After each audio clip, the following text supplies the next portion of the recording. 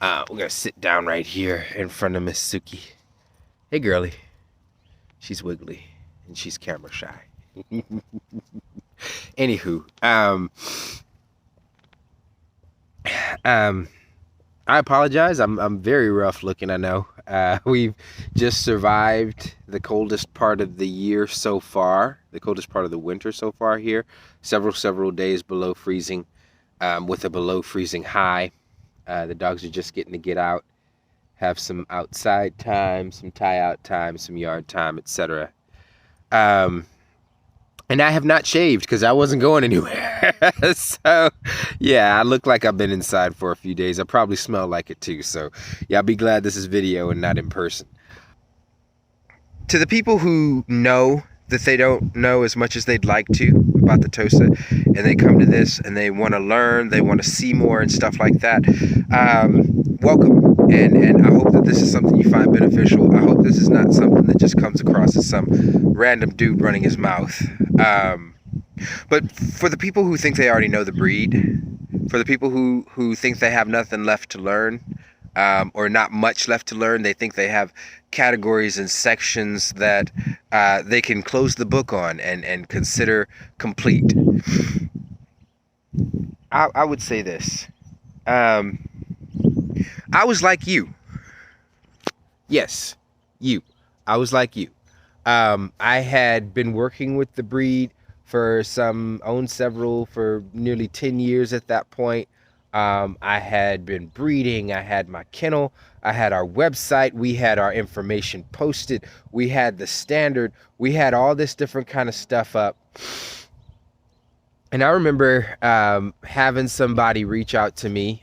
Shout out to Tunsumo and Izzy.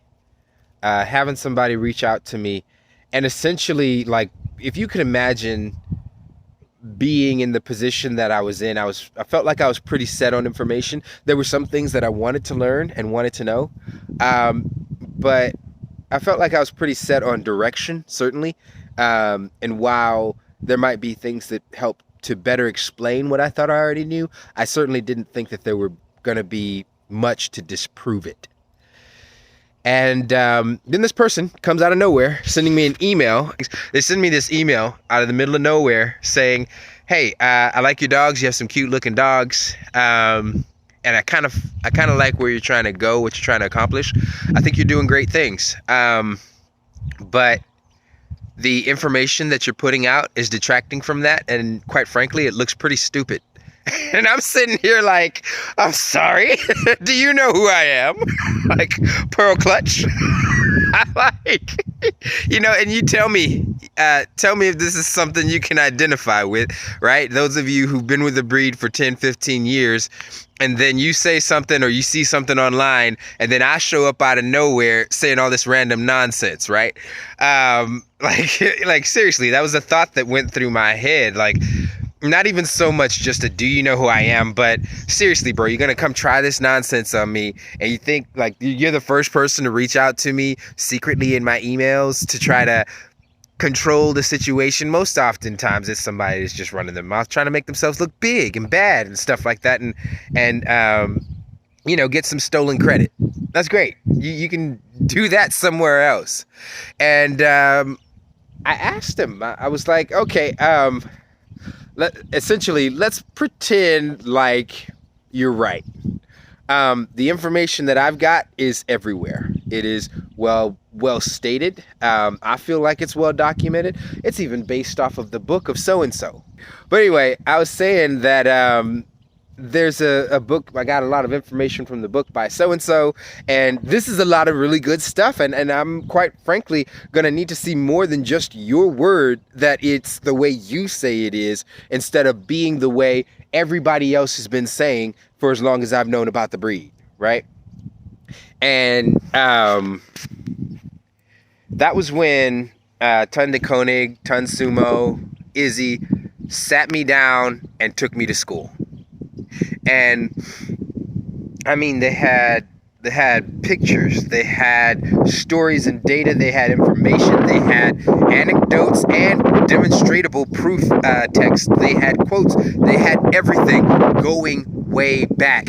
And I remember that before we got into all the information of it, the very first thing that hit me, and I'll never forget it, the very first thing that hit me was a picture. It was the very first picture of the very first thing before the words even started. It was the first picture. It was the very first picture. And I'll see if I can put it up here.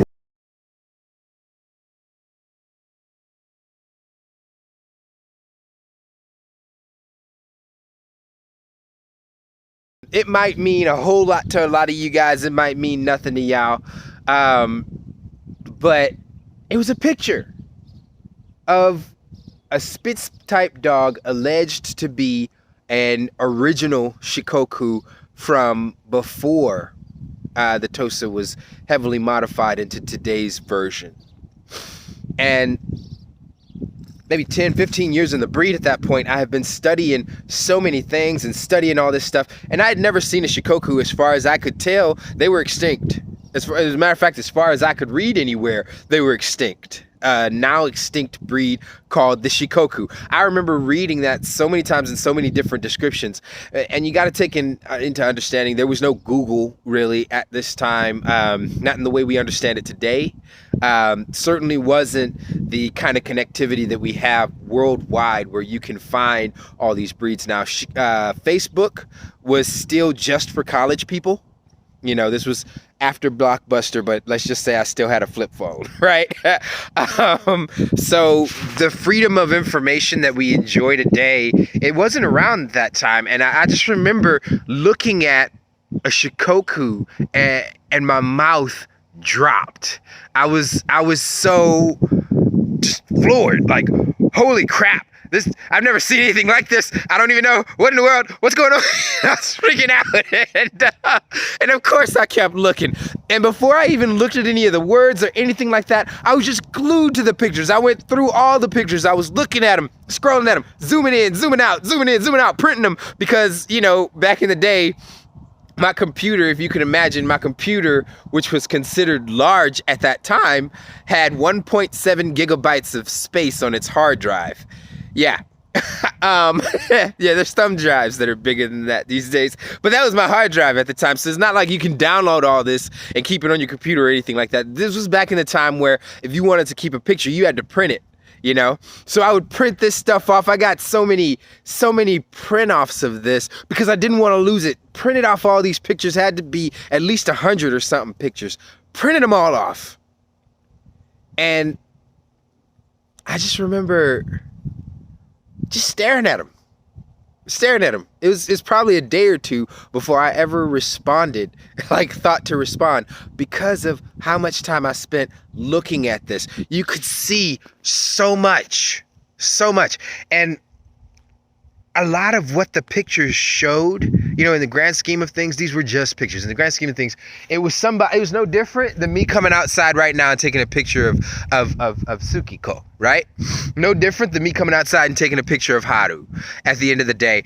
But that was just normal everyday life for them at that time. It was a Shikoku just standing there on a chain in somebody's snow, or maybe on somebody's property. Don't know. But it was just standing there. It was just a picture that they took. And in the grand scheme of things, yeah, they're just pictures. But to the person who's been looking for this information and who's been really just trying so hard to find it, to learn it, to grow, it was so much more than just pictures. So much more, you know? And that was it. I think when I looked at the pictures and started going back and looking at the information that came along with it, I could see the dates don't line up. The information doesn't line up. None of this makes sense with the narrative that I've been told about the Tosa for the last decade and a half. None of this lines up with the standard at all, whatsoever. None of this lines up with the historical account of the breed. None of this makes sense with any of the nonsense that I've been ingesting and regurgitating for the last decade and a half.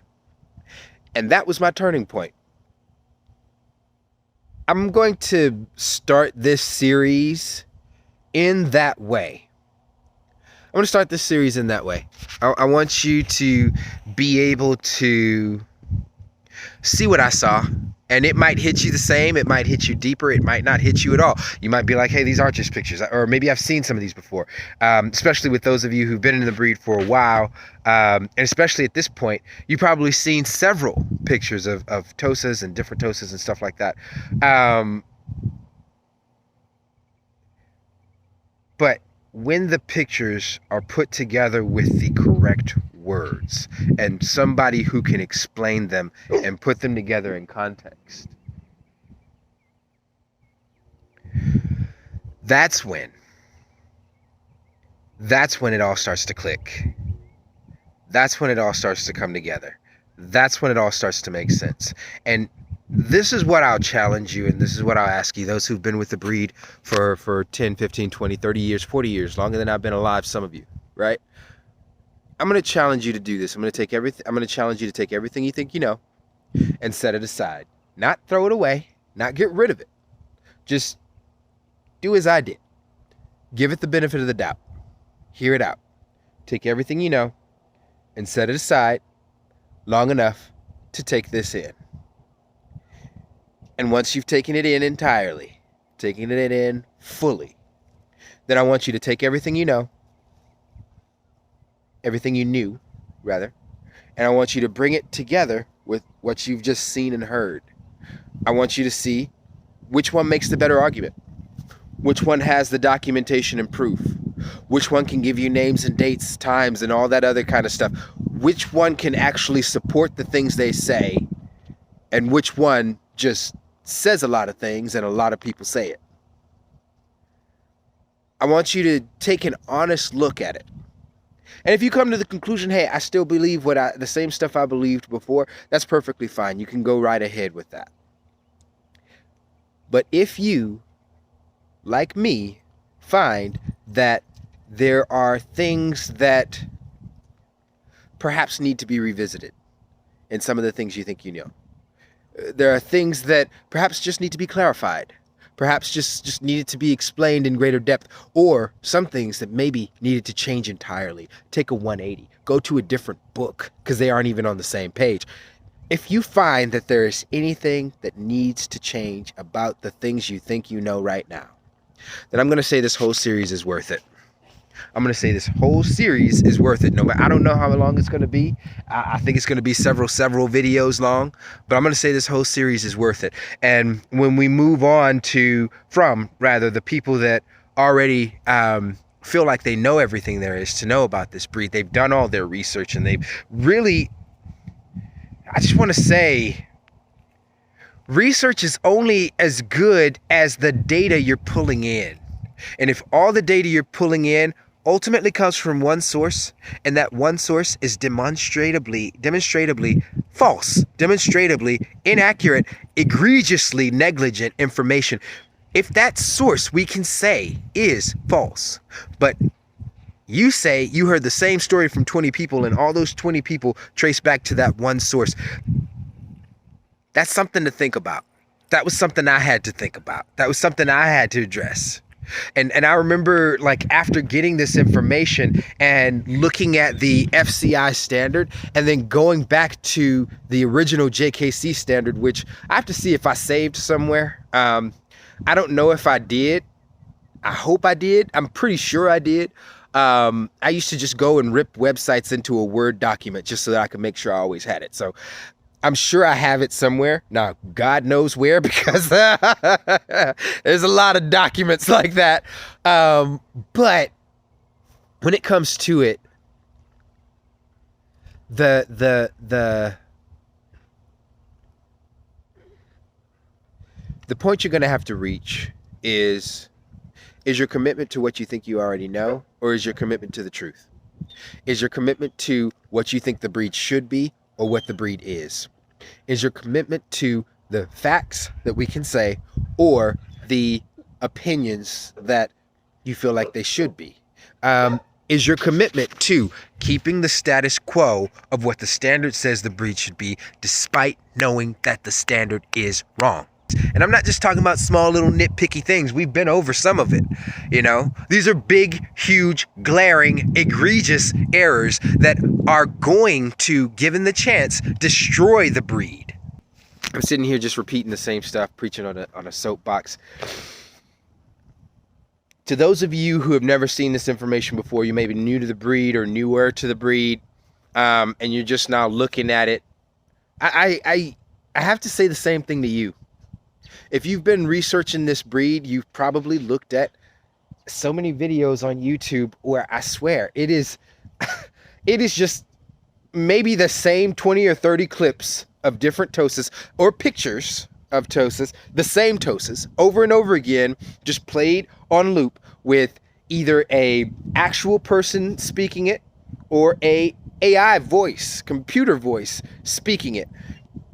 The Tosa is a fierce and noble breed of Japan. They are akin to the samurai or the sumo wrestler. They are dangerous, or despite being a fighting dog, they are not necessarily dangerous or regarded as a dangerous breed. Yada, yada, yada, yada, yada, yada, yada, yada. It's the same nonsense. And if all I can accomplish in putting this video together is another description of the Tosa, then we're wasting our time. Y'all go do something else. Don't even waste your time on this channel. It's nonsense at that point. But if on the other hand we can help people to get an understanding of the breed, I think that goes a lot farther. I think that when, instead of me running around trying to be the police on information and the authority on who's right and who's wrong, you can make your own mind up. You can look at the documented history. You can look at the actual facts. You can come to your own conclusion. And then when somebody comes up and says something silly, like the St. Bernard was used to create the Tosa, when somebody comes up and says something silly like Tosas are great, or excuse me, Tosas are used in Japan as guard dogs. When somebody comes up and says any of the nonsense like that, you yourself know that's nonsense. And you go somewhere else and they don't get fed, and that's how that information dies out. That's how the lies die out.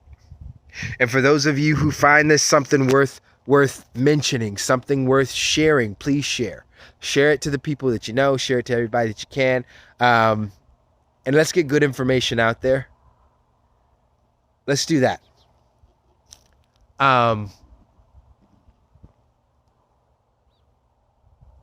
So, when it comes to it, I'll say thank you guys for your time. I'm going to go ahead and shut up. Y'all can check out these pictures. I'm not putting them in order. I'm not giving any context at this time. I'm just going to give you pictures. Just going to give you pictures. We're going to go back, way back to, I think, around the time of the first camera is what some of these pictures look like. And we'll go from there. And I want you to start by getting a look. No talking. So, thank you. I hope you enjoy.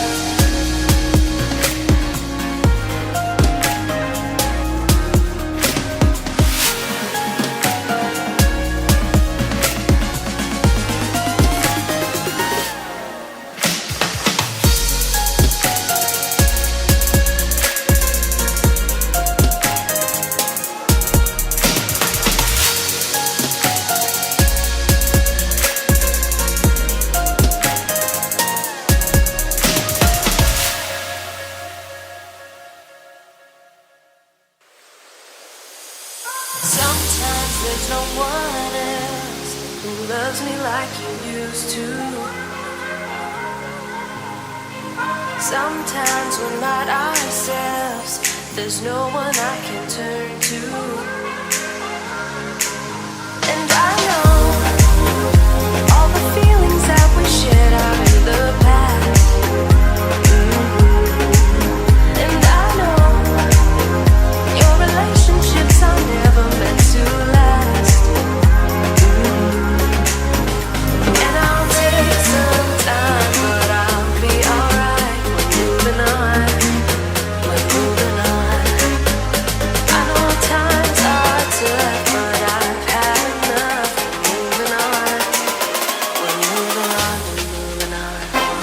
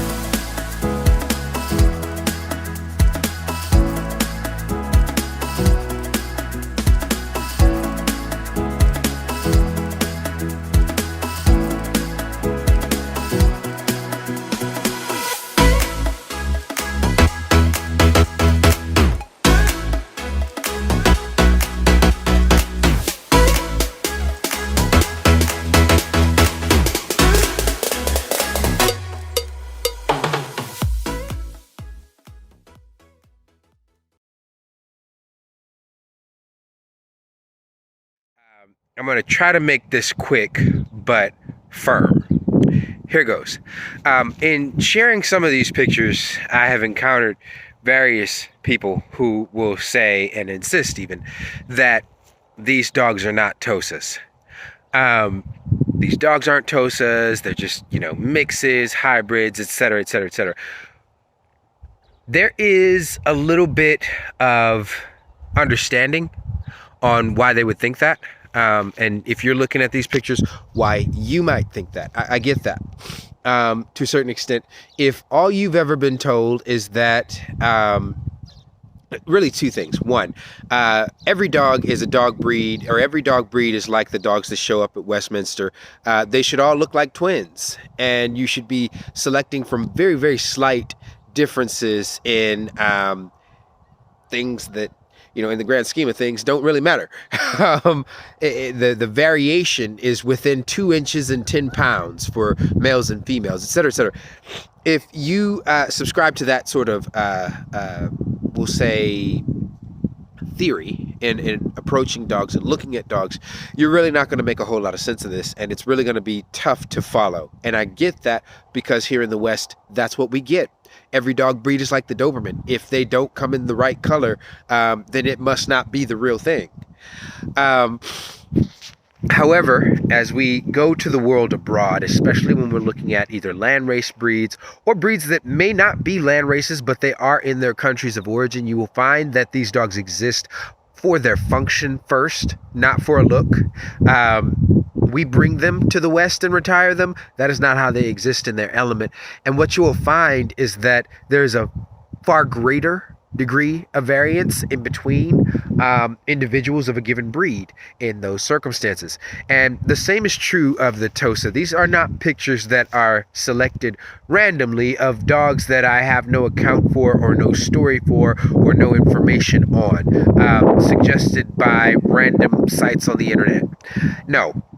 I want to be clear that the vast majority of the pictures that you're about to see are from for all practical intents and purposes, the Tosa Stud Book, the Tosa Census Book, might be a better way to put it. These are dogs that are procured and curated by the Tosa guys. Not the JKC, not, so-and-so Joe Blow, who perhaps maybe even judged a few Tosas, a few hundred Tosas at a few different dog shows, few different countries, perhaps. Great. At the end of the day, these are the people who define what a Tosa is. These are the people who should have been writing the standard in the first place. These are the people who were overlooked and not consulted in that endeavor. These are the people who are being ignored to this day. These are the people who created the Tosa. These are the descendants of those people. These are the people who learned the Tosa way. These are the people who made the rules that govern the Tosa in the ring. There are no greater Tosa people than the Tosa people that made these books. And I want to be clear and say that by virtue of the fact that these Tosa people say that these dogs are Tosa, they are Tosa. Period. There is no debate. There is no question. There is no, hey, I feel like this one looks like a Tosa and that one. No, they are Tosa. Now, you can say this one looks more like what I've seen and regard as Tosas. You could say, I prefer this style over that style. You can say a lot of different things. There's nothing wrong with having a preference. But when we say one is and one is not, we in the West do not have that permission. We don't have that place. We don't have that authority. We don't have that right. We don't get to say that, So there are going to be a lot of dogs in here that are not yet explained that you're going to look at and say, oh, that one looks like a Rottweiler. Those obviously have to be mixed with a Lab, so on and so forth. You're going to have a lot of head scratchers in here, and that's perfectly fine. That's the point of why I'm showing you this. But there will be people who, as in times of past, who look at this and absolutely and flatly reject the idea that these are what they say they are, Tosas. And I say that, I say two things on that, and these are the two main points that I would make to anybody who tries to pull these dogs into question. Thing one, again, the legal side standpoint of it, the people who have defined what a Tosa is, who have created the breed, who have left it to their children for generations to generations to generations, the families that control the breeds in the dogs in Japan and are the ones who exported them, the descendants of the ones who exported them, or the ones who smuggled them and kept them in Japan during the world wars. These people are the foremost experts. You will have all kinds of people in the West who say they've studied the breed a couple of years, couple of decades even, and they are the best to judge dogs at dog shows and stuff like that. I'm not saying anything against those people. I am saying that they need to sit down. At the end of the day, these people have been doing it in their family for centuries at this point. It is not comparable by any stretch of the imagination. Okay, there is no, but also though, no, there's no besides. There are these people who made these books and say, this is what a Tosa is, and there's your choice to accept it or not. Now, if you don't like it, that's fine. You don't like Tosa, move on. If you do like it, if you can accept it, then you can start talking about how you think of the Tosa. If you exclude dogs from this, you have set yourself up to be greater than these people. And for so many different reasons, I think you know better. I think we as a society know better. And I just have to preach on that for a little bit and put it into context. These dogs are not up for debate. And then here's another thing. Now, we talked about the legal side of it. Let's talk about the practical side of it. Practically speaking, you cannot exclude these dogs. Again, using Roku is probably one of the best examples of it. Roku is the common ancestor of all black Tosa. You cannot say Roku is not a Tosa. If you say Roku is not a Tosa, you need to get rid of every Tosa that came from him. The way these dogs are structured in in society, their place and their role, their only definition for life, existence, is the ability to perform in the ring. And therefore, we know the dogs that are allowed to live are the ones that perform in the ring. The dogs that are allowed to breed are the ones that perform in the ring. So if you see these pictures of these dogs, and these are adult dogs, these are dogs that are wearing Mawashi and therefore are Yokozuna or higher. These are dogs that exist because they've met the minimum requirements of what it takes to be a Tosa, and as such, they are the only dogs that were used to forward that into the future. So again, if you say you do not recognize these dogs as Tosas, you do not accept these dogs as Tosas, there is not a Tosa alive today that you can therefore say is a Tosa. I just want to beat that into your head and make sure that gets in real clear. There is no question here. There is not a Tosa that is alive today that did not come from those Tosas. There is not a Tosa that is alive today that is not a direct descendant of these dogs, because no other dogs were used other than the ones that performed. There was nobody with a small program out in the middle of nowhere. Like, you can look at Max von Stefanit's dogs, his German Shepherds, and you can say those were the start of the German Shepherd, but they was probably not the only ones. There were other people with German Shepherds that could have brought them into the program. I mean, after all, he found his dogs in the German countryside.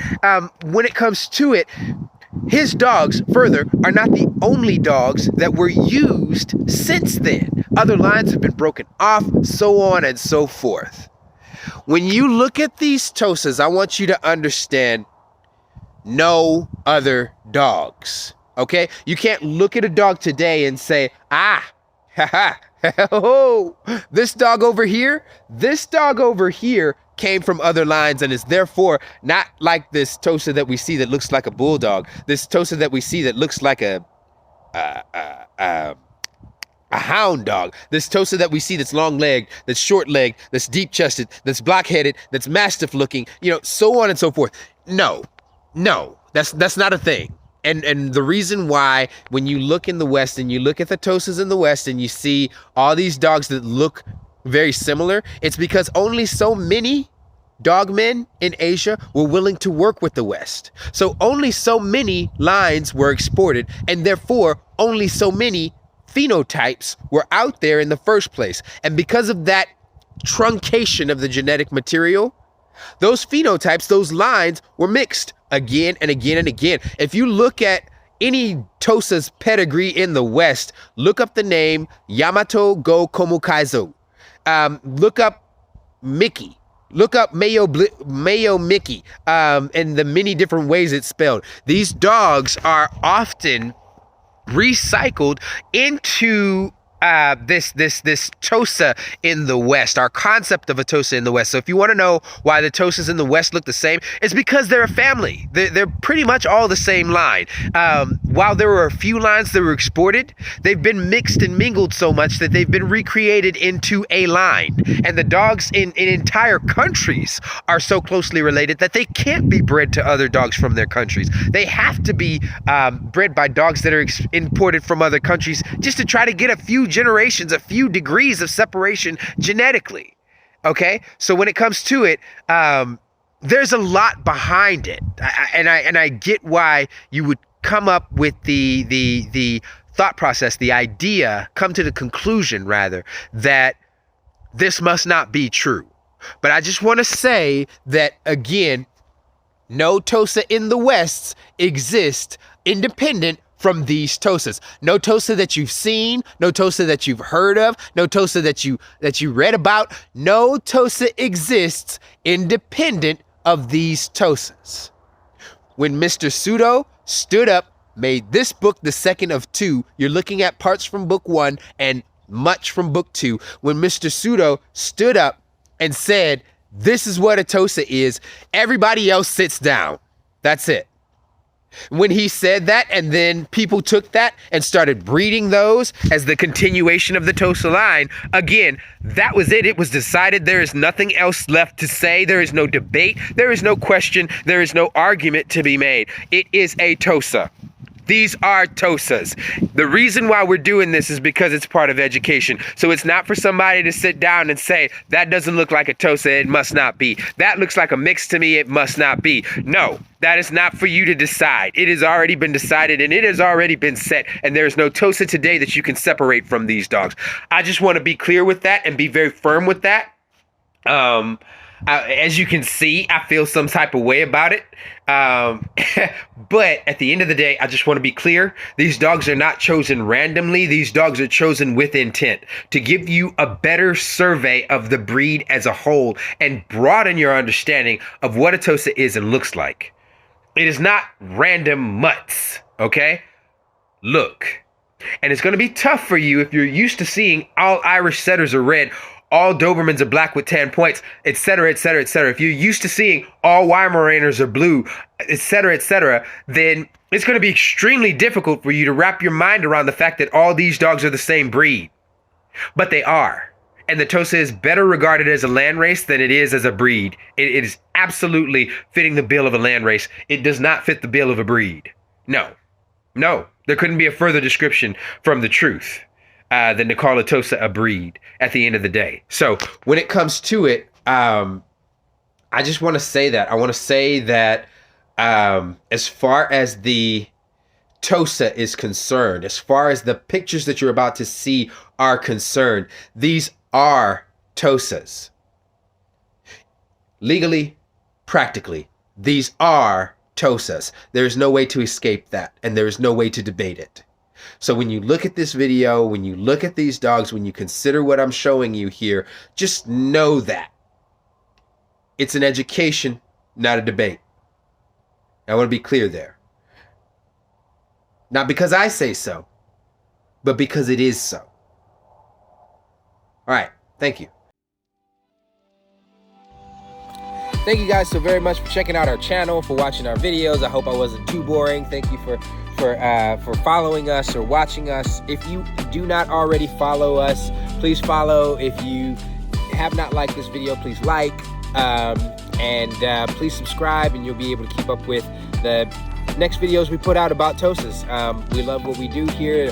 There'll definitely be more videos, and you can learn a bit more about the breed, learn a bit more about us, and hopefully it'll be stuff that you'll find useful.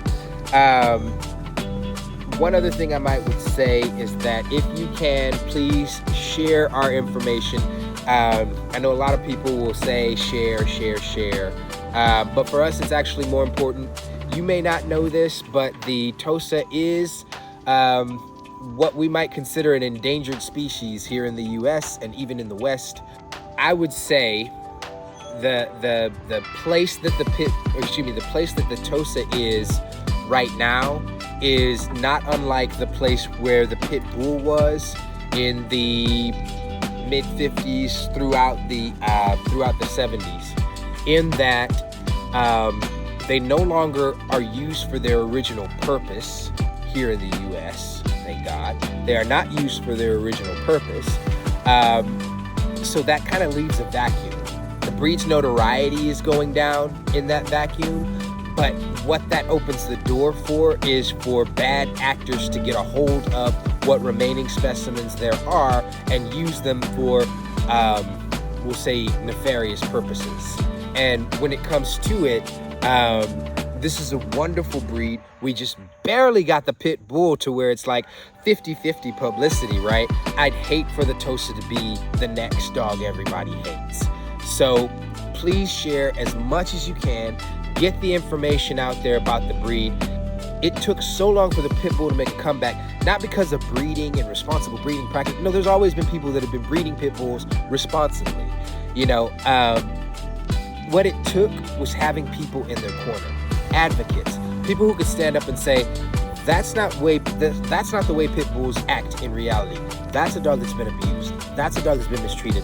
That's a dog that's been mistrained. And that can happen to any breed, And the more that those people get out there, the more you see the pit bull coming out in a better light, Unfortunately, it's still got a long way to go, but that was the change. And the same thing is true for the Tosa.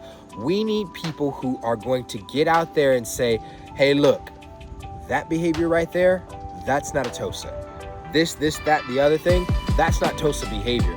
This is an example of an unfortunate set of circumstances that befell an individual dog. It is not what is to be expected of the breed as a whole. So when it comes to it, I think it's super important that you share, even more than liking and subscribing, which would be awesome. But share so that the information gets out there and more people learn the truth about the Tosa. All of it, not just the fighting past, but where they are today and where they're heading. Hopefully, more people will see this, more people will share, and the information will be out there. Again, you don't necessarily have to want to get a Tosa yourself, but learn about the breed. We need more advocates. Hopefully, some people watching this will find that true and become an advocate for this wonderful, amazing breed. Thank you guys so much for your time. We'll let you go and enjoy your life and let Mr. Dante get on to his kibble for the day.